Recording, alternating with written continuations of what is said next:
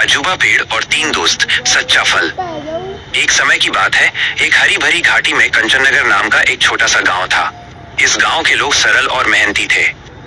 गांव के ठीक पीछे एक घना रहस्यमयी जंगल था, जिसके बारे में गांव के बड़े बूढ़े बहुत किस्से सुनाया करते थे।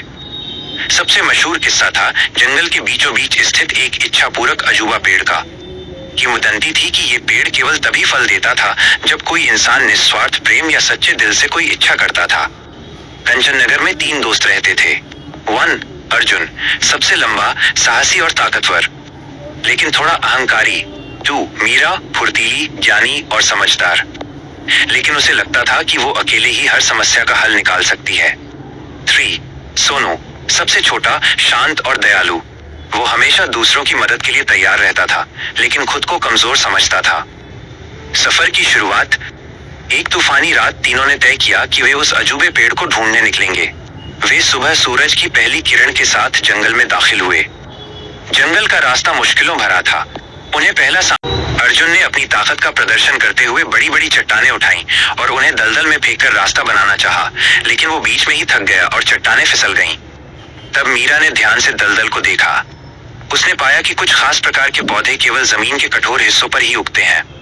उसने उन पौधों को निशाना बनाया और एक लकड़ी की मदद से कूद कूद कर सुरक्षित रास्ता ढूंढ लिया।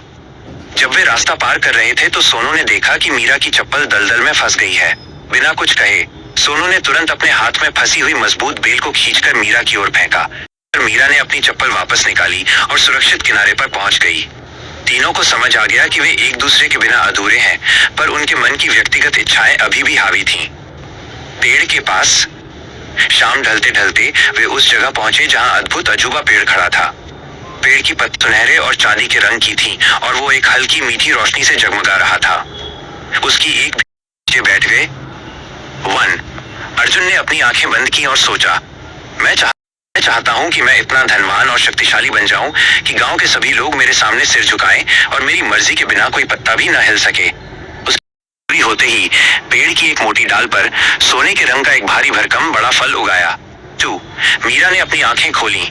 उसने अर्जुन के फल को देखा और सोचा, मैं चाहती हूँ कि मुझे संसार का सारा सबसे अच्छा हल ढूंढ सकूं और सबको साबित करूं कि बुद्धि बल से बड़ी होती है।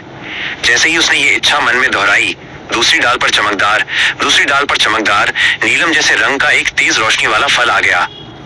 अब सोनू की बारी थी। उसने अपने दोनों दोस्तों के फलों को देखा। अर्जुन का फल अहंकार से भरा था और मीरा का फल श्रेष्ठता की चाहत से। दोनों के चेहरों पर फल पाने की खुशी से ज्यादा चिंता थी कि कहीं दूसरा उनसे आगे न निकल जाए। सोनू ने गहरी सांस ली और अपनी आंखें बंद कर ली। उसने सोचा, हे अजूबा पेड़, मैंने देखा कि मेरे दोस्तों ने जो मांगा उससे उन्हें सच्ची खुशी नहीं मिली। मैं बस यही चाहता हूँ कि मेरा दोस्त अर्जुन अपनी ताकत का इस्तेमाल दूसरों की मदद के लिए करे और मेरी दोस्त मीरा अपने ज्ञान का इस्तेमाल सबका भला करने के लिए करे। मैं चाहता हूँ कि दोनों हमेशा खुश रहें और कभी अकेले ना पड़ें। सोनू की इच्छा पूरी होते ही जो चमत्कार हुआ वो सबसे अद्भुत था। पेड़ पर एक फल नहीं उगा, इसके बजाय अर्जुन और मीरा के फलों पर एक इंद्रधनुषी चमक फैली और उसी क्षण पूरे पेड़ पर छोटे छोटे खुशबूदार और रंग बिरंगे हजारों फूल खिल गए। पेड़ ने बिना किसी स्वार्थ के मांगी गई सच्ची दोस्ती की इच्छा को ही अपना सबसे बड़ा फल माना। अर्जुन और मीरा ने एक दूसरे को देखा। उन्हें एहसास हुआ कि सोनू की इच्छा ने उनके अपने फलों को भी सच्चा बना दिया है। उनके फल तो केवल उनकी व्यक्तिगत चाहत थे, लेकिन सोनू की इच्छा उन तीनों की सच्ची खुशी थी। उस दिन से तीनों दोस्त कंचननगर लौट आए और उन्होंने सबक सीखा कि सबसे बड़ी ताकत और सबसे बड़ा ज्ञान निस्वार्थ प्रेम और दोस्ती में छिपा है। कहानी कैसी लगी? क्या आप चाहते हैं कि मैं इन तीनों दोस्तों के आगे के रोमांच पर कोई और कहानी सुनाऊं?